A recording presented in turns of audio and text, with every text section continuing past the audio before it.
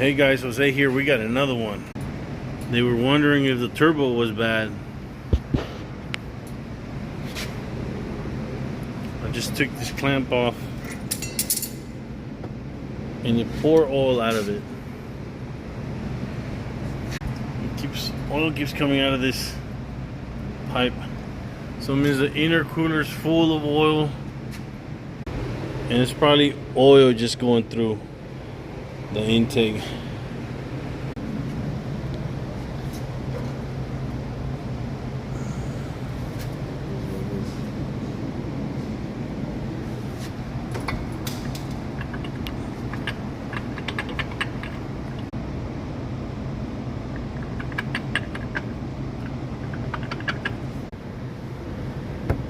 It's full too.